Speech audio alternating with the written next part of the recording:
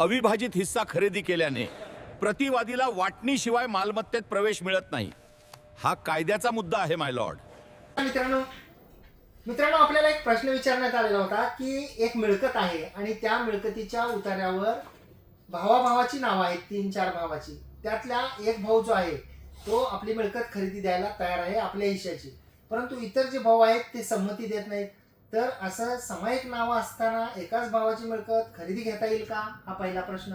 आणि दुसरा प्रश्न, जर खरेदी घेतली तर खरेदी घेणाऱ्याला कोणकोणत्या प्रकारचे हक्क मिळतात, खरेदीदार जो आहे तो त्या मिळकतीमध्ये जाऊ शकतो का, कधी जाऊ शकतो, त्याला कोणकोणत्या अडचणी आहेत, या सर्व प्रश्नांची उत्तरं आपण जाणून घेणार आहोत. नमस्कार, मी आपला वकील मित्र ॲडव्होकेट कैलास नाईक. कायद्याचं म्हणजेच तुमच्या फायद्याचं बोलूया. हे गावडे साहेब आपल्यासोबत आहेत आणि गावडे साहेबाशी आपण चर्चा करणार आहोत की जेव्हा अशी सामायिक मिळकत असेल तर त्या सामायिक मिळकतीच्या संदर्भामध्ये हिस्सा घेता येईल का गावडे साहेब, आणि जर घेतला तर त्याचे काय परिणाम होतात, खरेदीदाराचे हक्क काय. तर सगळ्यात पहिल्यांदा साहेब असं आहे की तुम्ही एक सामायिक क्षेत्र आहे, सामायिक क्षेत्रामध्ये जे काही सहहिस्सेदार आहेत त्या सहहिस्सेदाराची संमती न घेता जर एखादी प्रॉपर्टी आपण विकत घेत असाल तर ती प्रॉपर्टी घेण्यासाठी आपल्याला खरेदी खत करता येईल, परंतु अविभक्त हिश्श्याचं खरेदी खत करता येईल. म्हणजे जो विकणारा आहे, जो भाऊ किंवा जो सहहिस्सेदार, तर त्याच्या हिश्श्यापुरतं आपल्याला खरेदी खत करता येईल. त्याचं जेवढं क्षेत्र आहे हो हो हो. अविभक्त हिश्श्याचं खरेदी खत केल्यानंतर मात्र त्याची सगळ्यात मोठी अडचण अशी आहे की जर अविभक्त हिश्श्याचं तुम्ही खरेदी खत केलं, परंतु अविभक्त हिस्सा हा जोपर्यंत त्या सहहिस्सेदारांमध्ये वाटणी होणार नाही तोपर्यंत त्या अविभक्त हिश्श्याचा कब्जा नेमका कुठे घालायचा या संदर्भात संभ्रम राहणार साहेब. त्यासाठी त्याला त्या व्यक्तीला, ज्या व्यक्तीने खरेदी घेणार आहे त्या व्यक्तीला दिवाणी न्यायालयामध्ये वाटपाचा दावा दाखल करावा लागेल आणि त्या वाटपाच्या दाव्यामध्ये वाटपाचा दावा मंजूर करून घेऊन त्याच्यानंतर त्याचे एक्झिक्युशन पिटिशन म्हणजे दरखास्त दाखल करावी लागेल. दरखास्त दाखल केल्यानंतर दरखास्तीमध्ये जो वाटप तक्ता तयार होईल आणि वाटप तक्ता तयार झाल्यानंतर जिथं ते पोझिशन येईल, त्या प्रॉपर्टीचा हिस्सा येईल, वाटप येईल, त्या खरेदीदाराचा हिस्सा कुठं आहे हे वाटप तक्त्यामध्ये दर्शवलं जाईल. हो, वाटप तक्त्यामध्ये तोपर्यंत फक्त सातबारी कागदोपत्री तो मालक होईल, पण कब्जा मिळणार नाही. कब्जा मिळण्यासाठी सहहिस्सेदारांची परवानगी असणं गरजेचं आहे आणि सहहिस्सेदार परवानगी देत नसतील तर त्याला माननीय दिवाणी न्यायालयामध्ये दावा करून या सगळ्या प्रोसिजर फॉलो केल्याशिवाय या म्हणजे वाटपाचा दावा कब्जा मिळणार नाही त्या प्रॉपर्टी. आणि त्याबाबत वेगवेगळ्या प्रकारचे उच्च न्यायालयाचे, सर्वोच्च न्यायालयाचे सुद्धा न्याय निर्णय आहेत की stranger purchaser cannot enter in the property without partition.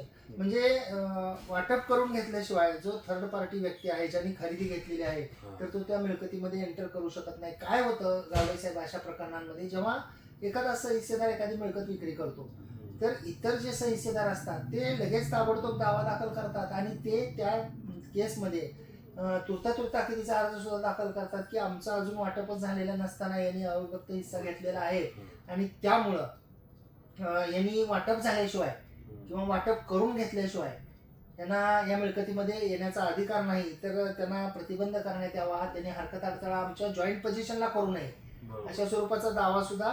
म्हणजे जर तुम्ही अविभक्त हिस्सा खरेदी करून घेताय म्हणजे विकत घेताय तर अविभक्त हिस्सा घेतल्यानंतर ह्या प्रॉब्लेम ह्या गोष्टींना आपल्याला फेस करावंच लागणार.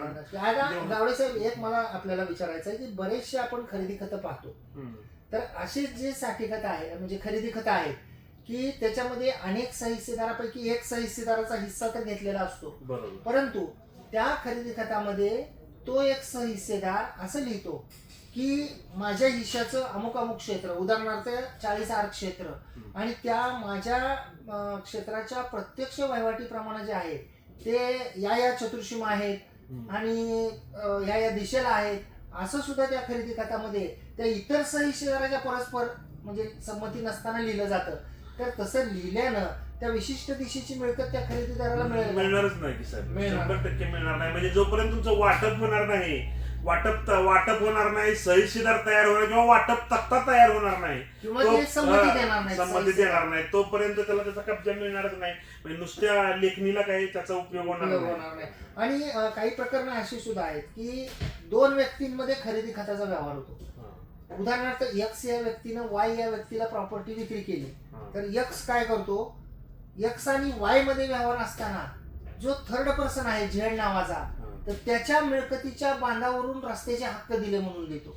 तर असं सुद्धा हक्क जे आहेत ते मिळणार नाहीत, कारण दोन व्यक्ती तिसऱ्या व्यक्तीच्या शेतामधून काही हक्क दिले असं लिहून घेऊ शकत नाहीत. लिहिलं तरी त्यांना ते मिळत नाही. तीच गोष्ट या वाटपाच्या बाबतीमध्ये सुद्धा आहे की जरी चतुर्सीमा लिहिल्या, जरी प्रत्यक्ष वहिवाटीप्रमाणे म्हणलं तरी सुद्धा कागदोपत्री त्याचं वाटप झालेलं नसल्यामुळं वाटपाचा दावाच हा जो खरेदीदार आहे त्याला करावा लागतो. त्यानंतर त्यांना त्या मिळकतीमध्ये एंटर करता येतं. त्यामुळं अविभक्त हिस्सा घेणं हे क्षेत्रापुरतं ठीक आहे, परंतु विशिष्ट दिशा मिळण्यासाठी, कब्जे वहिवाट करण्यासाठी या सगळ्या अडचणी ज्या आहेत त्या येऊ शकतात. नक्कीच. आणि मित्रांनो, आपण ऐकलं गावडे साहेबांकडून की जो आपला प्रश्न होता की अविभक्त हिस्सा घ्यायचा का नाही, तर घेताना ही कायदेशीर पोझिशन आपण लक्षात ठेवली पाहिजे. अपेक्षा करतो की ही माहिती साध्या सोप्या भाषेमध्ये आम्ही सांगण्याचा प्रयत्न केला, ते आपल्याला आवडली असेल.